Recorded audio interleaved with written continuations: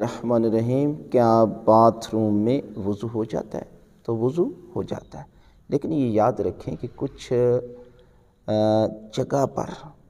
جیسے نماز پڑھنا کراہت ہے، اسی طرح کچھ جگہ پر وضو کرنا بھی مکروہ ہے، کراہت کی گئی ہے۔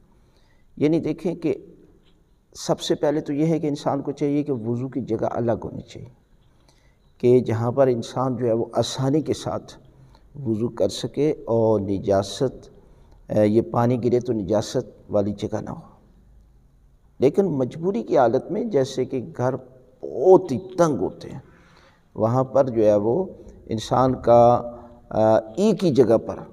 یعنی باتھ روم بھی ہے اور ساتھ وضو بھی ہے،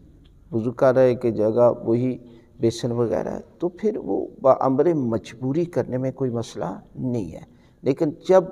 انسان کو الگ جگہ بھی ہے تو پھر چاہیے کہ وہ باتھ روم میں وضو نہ کرے، بلکہ الگ جگہ جو بنائی ہوئی ہے اسی جگہ پر جو ہے وہ وضو کرے۔